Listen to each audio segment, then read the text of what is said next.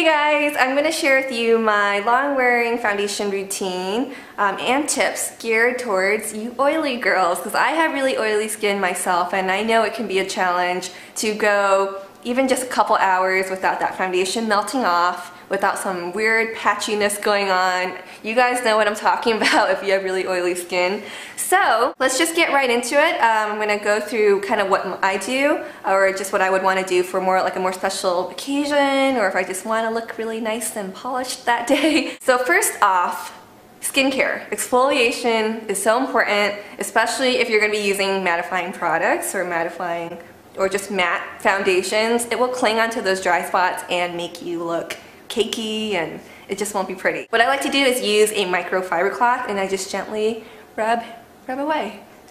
Next would be skin prep. This could be like mattifying lotions or mattifying gels. Certain primers I think are okay. I actually like to use an SPF in place of a mattifying lotion. Some SPFs work really well. You know, I used to use my Shiseido one. Right now I'm using this one from Dr. Schultz and I'm really loving it. I'm applying this SPF as if it were a mattifying lotion because oddly enough it does help control my oil. That's why I'm only applying it on my T-zone. I also have SPF in my foundation, which I will be covering my whole face with. So unless you're not going to be covering your whole face with an SPF foundation, then do apply SPF all over your face along with your neck. I've also been trying out this primer. You certainly don't have to pair the primer with a mattifying lotion. I'm just working the primer between my fingers and applying it to wherever I get oily once again. It also does help smooth out pores a little bit, so that's why I went ahead and used it. But generally I prefer to use this to touch up maybe midday on any oily spots because you can apply it over foundation, which I love. And the two foundations I've been really loving are the MAC Studio Fix Fluid. The one I'm using is an NC30, and the Almay TLC Truly Lasting Color in Sand. This is a great light to medium coverage foundation, and this is a great medium to full coverage foundation. The only thing that sucks with the TLC, the Almay TLC, is that the range in colors is very, very little. I wish they had more. With MAC, they have great variety, which I think is great because everyone can find something that'll suit their skin tone. I'm mixing the two together to apply on the center of my face since that is where I get the most oily, and the Almay just, I don't know if it's like the tackiness to it, but it really just helps keep the oil from seeping through and making me look like a grease ball.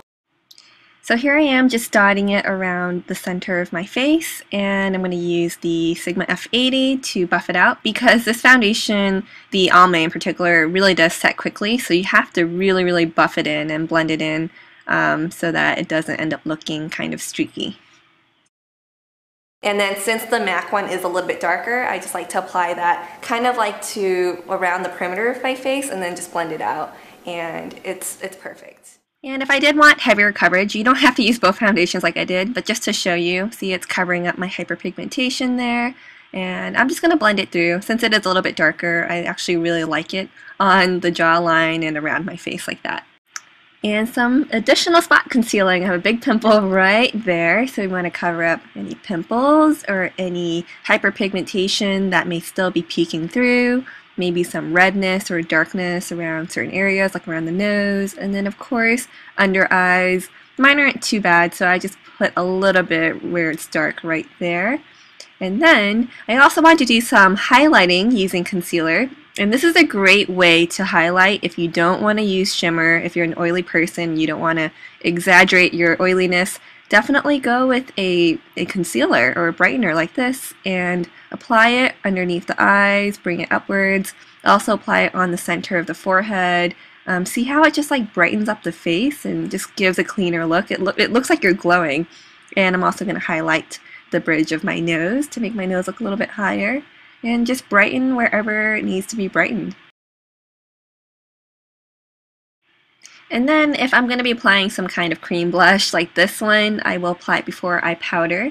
And I love this because it kind of gives a soft, like natural flush, which is great if you're using a really matte foundation too, just to bring some life and dimension back to your face. But afterwards, I do of course want to set my face at least lightly. I could always set it again later in the day when I touch up, but at least lightly so things hold in place. And then some bronzer just to contour.